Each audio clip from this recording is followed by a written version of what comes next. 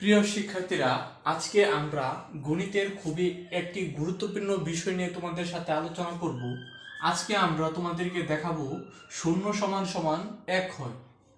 আজকের এই ভিডিওটি দেখার পর তোমাদের মধ্যে তোমরা অনেকে বুঝতে পারবে যে এটি কিভাবে হয় এবং এখানে ভুল কোথায় এটিও বুঝতে পারবে। একটু খেয়াল করে দেখো, আমরা কিন্তু গণিতের শিকার্য অনুসারে কি জানি যে পৃথিবীর যে কোনো একই সংখ্যার সমান হতে পারবে, কিন্তু আমাদের ভিন্ন সংখ্যা, যে দেখো এখানে এক সমান সমান এক এটা কিন্তু ঠিক আছে, কিন্তু দুই সমান সমান এক এটা কিন্তু ঠিক নাই। ঠিক আছে, কিন্তু দেখো এখানে আমরা কিন্তু কি লিখেছি, শূন্য সমান সমান এক, অর্থাৎ এটি কিন্তু ঠিক নাই। কিন্তু দেখো আমরা কিন্তু একটু পরে আমরা তোমাদেরকে প্রমাণ করে দেখাবো যে শূন্য সমান সমান এক হয়। এটা জানার জন্য তোমাদের একটি সূত্র সম্পর্কে জানতে হবে। অলরেডি তোমরা যারা ক্লাস 9 এবং 10-এ পড়ো তোমরা হয়তো বা এই সূত্রটি জানো। সূত্রটা হচ্ছে এমন: যদি তোমাদের বেস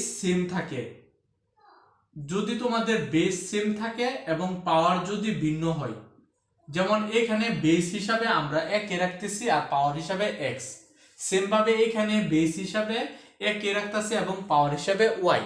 যদি বেস একই হয় এবং পাওয়ার যদি ভিন্ন হয়, তাহলে আমরা কিন্তু লিখতে পারি পাওয়ার সমান সমান হচ্ছে পাওয়ার, অর্থাৎ আমরা এখান থেকে লিখতে পারি এক্স সমান সমান ওয়াই।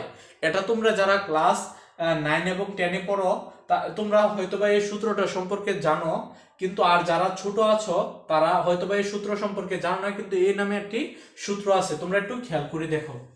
আমরা এখন একটু দুইটি বিষয় নিয়ে একটু কথা বলি, খেয়াল করে দেখো।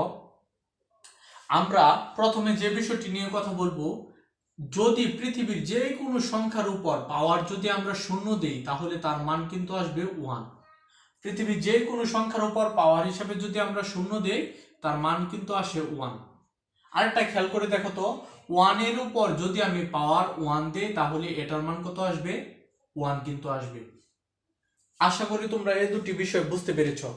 এখন তোমরা যদি বুঝে থাকো যে ওয়ানের উপর যদি আমরা পাওয়ার ওয়ান দেই, তাহলে এটির মান হবে ওয়ান, এবং ওয়ানের উপর পাওয়ার যদি শূন্য দেই, তাহলে এটির মানও হয়ে যাবে ওয়ান। এখন আমরা যে কাজটি করতে চাই, আমরা প্রথমে লিখে নিলাম ওয়ান সমান সমান ওয়ান।